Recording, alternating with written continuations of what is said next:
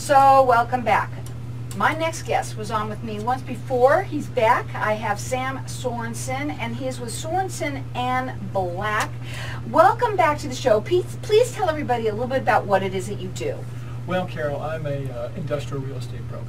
And what that means is I've taken the commercial real estate market and I've decided to focus on just one segment, and that is the industrial market. The commercial market is a wide swath of properties. You have office, you have retail, you have multifamily, and you have industrial. So it's just so huge. There's so much information. There's so much going on that you really have to specialize. Pick your spot and hit it. And I've chosen to focus on industrial real estate. But why? Why did you choose that? Well, it's it's a long story. It's very interesting. I remember the last time you were on. Oh well, you want to go? Well, yeah, I worked for a local REIT in Arizona, and we were investing in real estate through a REIT, which is like a stock type of situation where you basically sell stock and buy real estate. And I went to work for this company simply because I was dating the owner's daughter at the time. And after a few years, he passed away, unfortunately, and I was just left with a small company, and we were invested in industrial real estate, and I just took it from there. So that's kind of how I got started, and I like industrial real estate. It's an interesting market. You're always dealing with, and you never know what's going to happen with some of these companies that show up. They do so many different things and so many various things. So it's a lot of fun. I meet a lot of great people and doing a lot of amazing things in Arizona. Before we go into some of this, I just want to talk about some of the different types of industrial real estate that you give them an idea of what it is that you work with, because it's really cool. Yeah, industrial real estate is really divided into two segments. And the first segment is warehouses. And warehouses are the big boxes you see when you drive down the freeway. Costco, for example, is a big box, but it's obviously where you buy things. But these boxes are where you store your Frosted Flakes, your Cheerios, your Campbell's soup, your stereos, your TVs, and 500,000 square feet, some of them are 1 million square feet or more. And so basically they want stuff to, place to put stuff, and so they rack them, they stack them, and so that's just basically a warehouse. You're just putting things in there. That's number one. Number two, we have manufacturing, and that's different. Manufacturing buildings have usually a lot of power. They're usually sometimes more specialized for like a steel fabrication facility. But in Arizona, we do computer manufacturing, we do woodworking, we do steel fabrication. So there's all kinds of things. I mean, I worked with one company and they manufacture bolts. Now, that doesn't sound really too interesting or romantic, but at the end of the day, some of these bolts were bigger than your thigh. They were monster, and they actually had built into the head of the bolt all the gauges to go ahead and gauge the tightening was all built in on dials inside these bolts, and they sell them all over the world. And so, where do you keep them? Oh, I sold them a 70,000 square foot warehouse facility. But again, they had to retrofit it to fit their business. But so again, manufacturing, we do have a various and kind of a wide swath of manufacturing here in Arizona. I just moved from out of state. I just moved a pipe manufacturing company from Las Vegas, and they had very specific requirements, and it came down to one building that would work for them. And we finally got that lease done, and I'm working with a medical supply manufacturer from Wisconsin right now. And so that's, again, the manufacturing projects that I work on are very interesting. There's always something new in that part of our market. And I bet you have a lot of people that are coming. A lot of people move their plants. They have to move their things, and they're looking for something like this. Well, you move a business. For example, this gentleman I just moved here from Las Vegas. You're moving your family. You're moving your employees. Now, sometimes your employees are also, your relatives, your cousins, your brothers, and whatever. So it's a big deal. And so one of the services that we provide as brokers is we also connect some of the new people that come into the state with some of the economic development groups. For example, Jerry Colangelo, the Commerce Authority, the Arizona Commerce Authority, is a wonderful source for companies coming in, and they work with companies coming in, and also they encourage companies. They travel to different states and it helps our economy. Absolutely. So yeah. that's Jerry Colangelo's group, and then GPEC, the Greater Phoenix Economic Development Council. Again, they provide, there's some tax breaks in certain circumstances where you can move a company here. You can get certain tax breaks if you have so many employees, or you get training credits.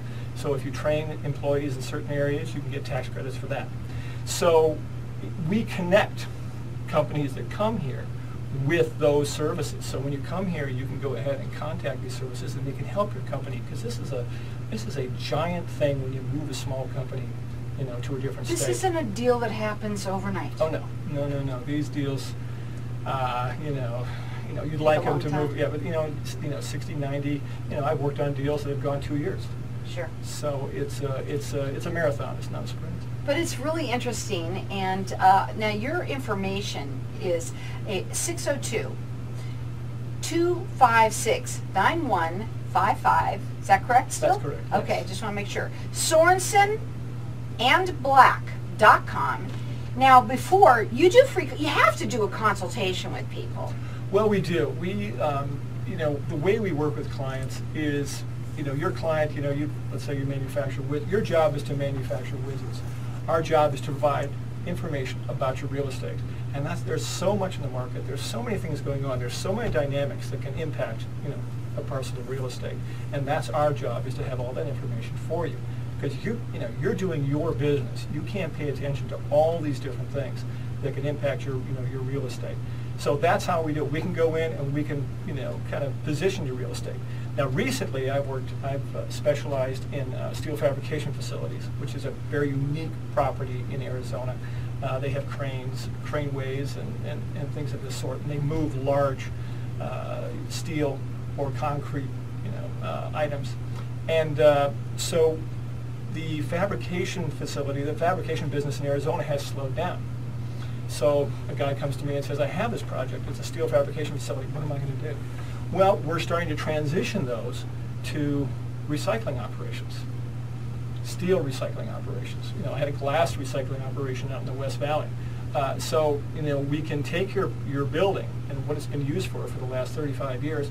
Now we have the knowledge what's going on in the market, where the demand is, and we can move your project and market it to a different segment of the market, and maintain your value and find somebody else who can really use and take advantage of what your facility offers. Wow.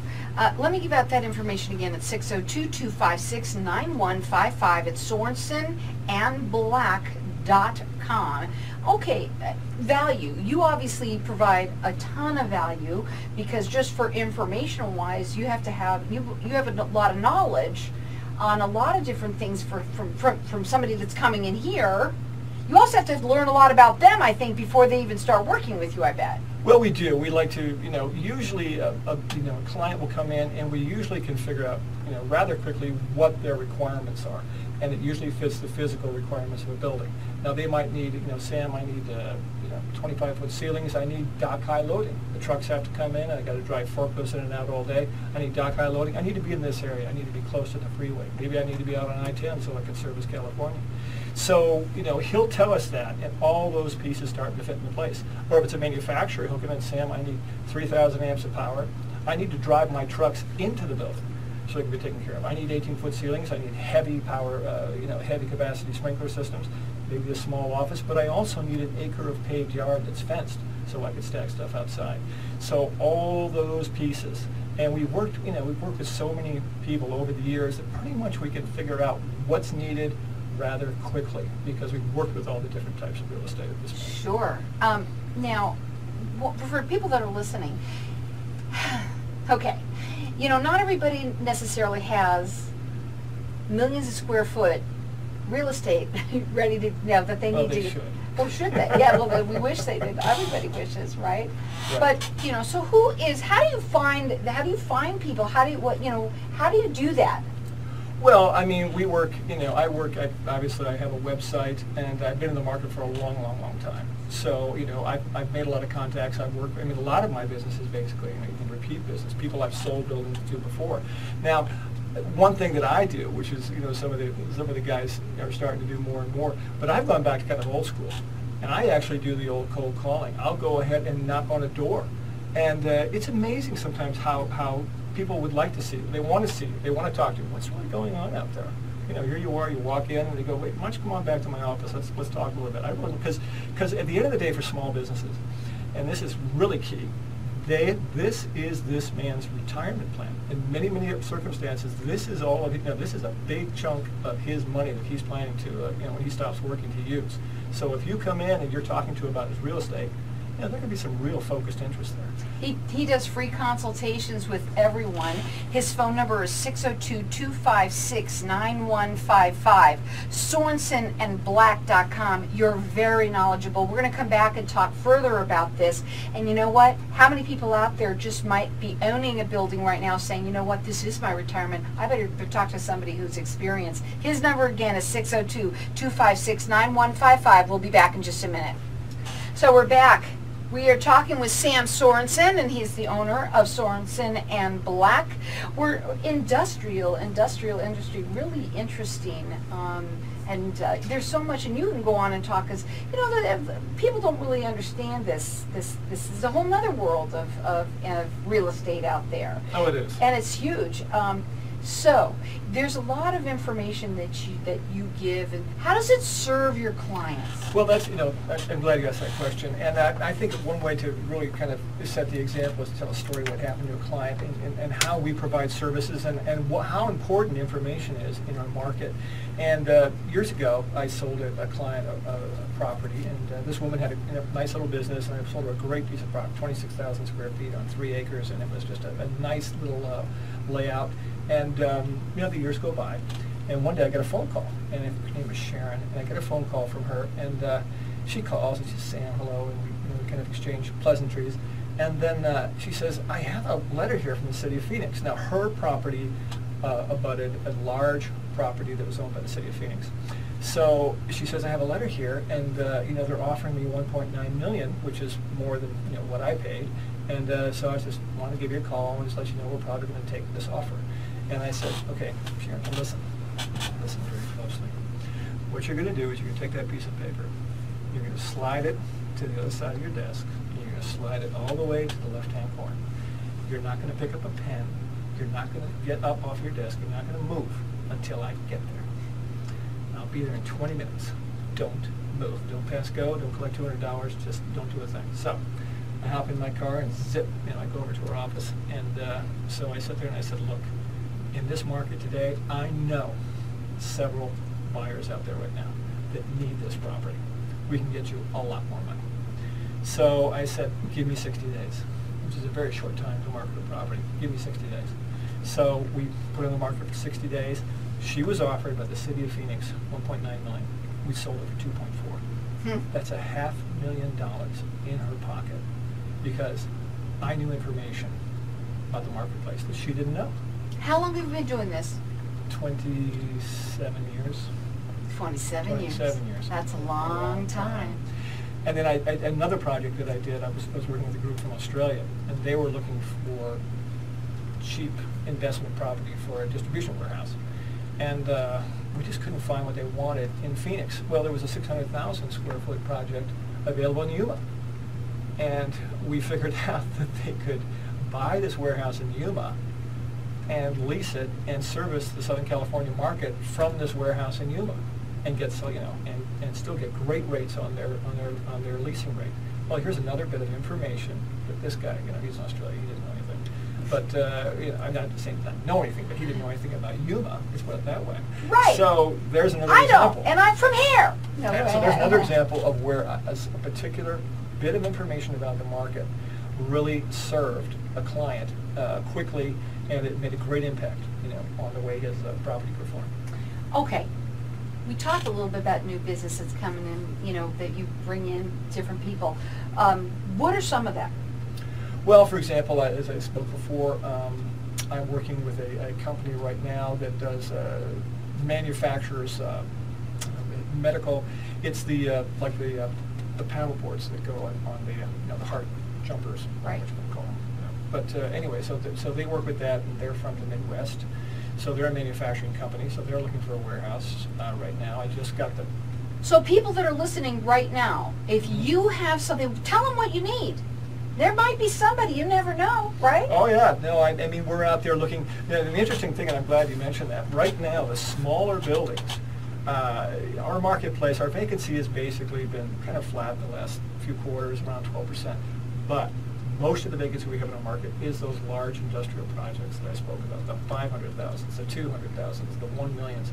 But the small projects, the 20,000 square foot warehouses, the 15,000 square foot warehouses, we're starting to see those starting to get gobbled up. We're starting to see the availability of those start to shrink. So yes, I'm working with companies that need a 30,000 square foot building, that need a 25,000 square foot building, and we're starting to see that market constrict in Phoenix. Less and less of those buildings available, especially for sale.